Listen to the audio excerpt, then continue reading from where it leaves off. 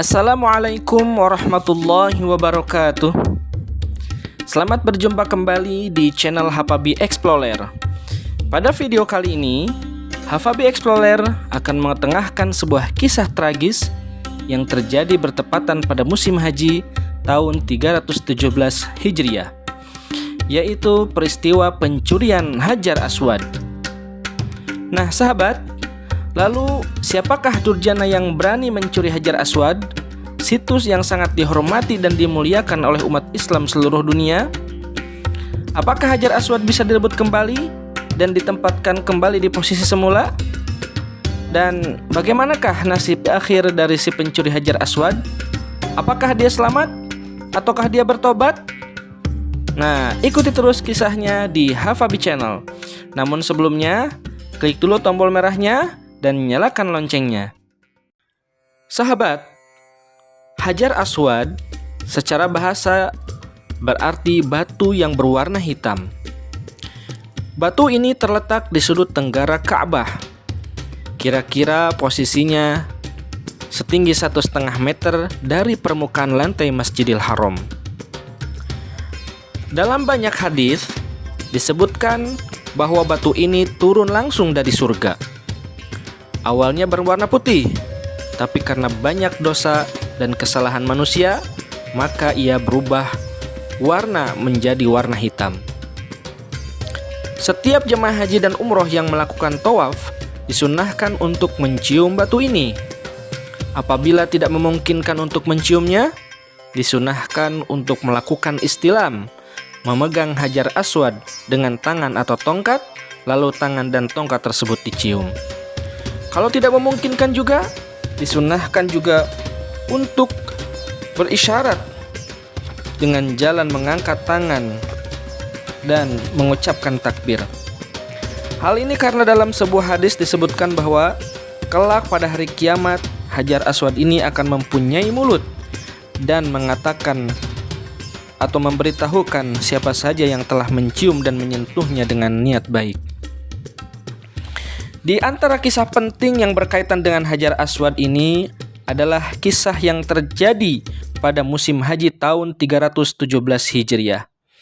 Sebagaimana disebutkan dalam buku Ikhbarul Kiram, pada tahun 317 Hijriah, Abu Thahir Al-Qurmuti, seorang kepala suku Jazirah Arab bagian timur, datang menyerbu kota Mekah dengan dilengkapi 7.000 orang pasukan bersenjata lengkap. Karena kondisi umat Islam saat itu sangat lemah, Abu Thahir Al-Qurmuti bersama pasukannya dengan mudah dapat menguasai kota Mekah. Ia datang dengan maksud untuk membongkar Ka'bah, menghancurkan Masjidil Haram sekaligus mencuri Hajar Aswad. Niat jahatnya ini tidak terwujud semua. Ka'bah yang hendak dihancurkannya, juga Masjidil Haram yang akan dipunahkannya, tidak dapat terlaksana karena Allah menjaganya dengan jalan mengirim angin topan dan hujan sangat lebat, berikut petir yang sangat dahsyat. Ka'bah dapat diselamatkan, Masjidil Haram pun hanya dapat dibongkar sebagian kecil saja. Tapi sayang, Hajar Aswad berhasil dibawa dan dicurinya ke negeri mereka di kawasan Teluk Persia sekarang.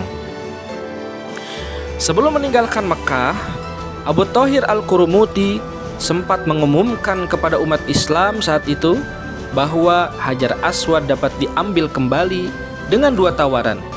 Pertama, dengan kekuatan pasukan atau dengan peperangan, atau dengan tebusan uang sebanyak 30.000 dinar.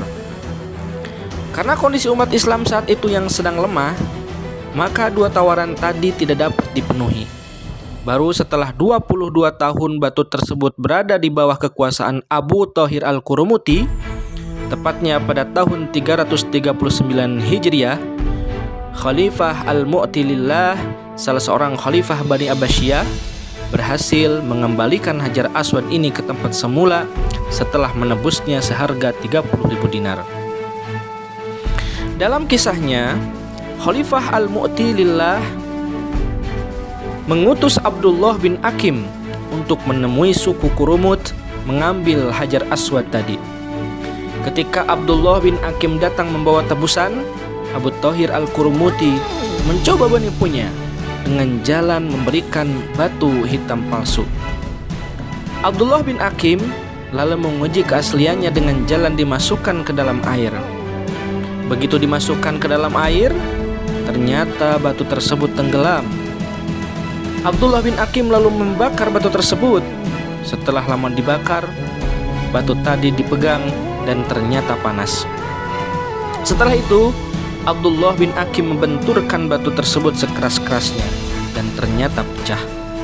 Akhirnya dengan tegas Abdullah bin Hakim mengatakan bahwa batu tersebut bukan Hajar Aswad yang asli, melainkan Hajar Aswad palsu. Abu Thahir Al-Qurmuti kaget karena ternyata Abdullah bin Hakim mengetahuinya dengan betul. Lalu Abu Thahir menyerahkan Hajar Aswad palsu lainnya dengan jalan dilumuri minyak wangi, lalu kemudian dibungkus dengan kain sutra sehingga tampak sangat cantik. Setelah diserahkan kepada Abdullah bin Hakim, ia kembali menguji keasliannya seperti yang dilakukan pada batu yang pertama. Ternyata hasilnya sama. Dicelupkan ke dalam air tenggelam, dibakar panas, dan dipukul pun pecah. Abdullah bin Hakim lalu meminta kepada Abu Thahir untuk menyerahkan Hajar Aswad yang asli. Akhirnya Abu Thahir pun menyerahkannya. Abdullah bin Hakim kembali mengujinya. Ternyata ketika Hajar Aswad yang asli ini diuji, ia terapung ketika dimasukkan ke dalam air, dingin dan adem ketika dibakar dengan api, dan tidak pecah ketika dibenturkan. Maka setelah semua tes uji cobanya selesai, Abdullah bin Hakim pun berkata, "Nah, inilah Hajar Aswad yang asli." Abu Thahir dan pengikutnya kaget dan heran. Abu Thahir lalu bertanya, "Dari mana engkau dapat mengetahui secara tepat bahwa batu ini adalah Hajar Aswad yang asli?" Abdullah menjawab, "Rasulullah Shallallahu Alaihi Wasallam pernah bersabda, kelak pada hari kiamat, Hajar Aswad ini akan mempunyai mulut. Ia akan menjadi saksi siapa saja yang telah mencium dan menyelaminya dengan niat yang baik. Ia tidak akan tenggelam apabila dimasukkan ke dalam air, tidak akan panas apabila dibakar, dan tidak akan pecah apabila dibenturkan." Pada masa berikutnya, Allah menurunkan siksa kepada suku Qurmut, beberapa penyakit kulit yang sangat akut dan tidak dapat disembuhkan. Tubuh dan badan mereka semuanya menjadi hancur, dan bau busuk pun sangat tercium. Kemudian dagingnya pun berulat, dan akhirnya mereka mati dengan cara mengenaskan. Demikianlah kisah tentang pencurian Hajar Aswad. Mudah-mudahan menjadi tambahan wawasan dan menjadi pelajaran bagi generasi umat Islam selanjutnya. Bertemu lagi di video-video yang akan datang.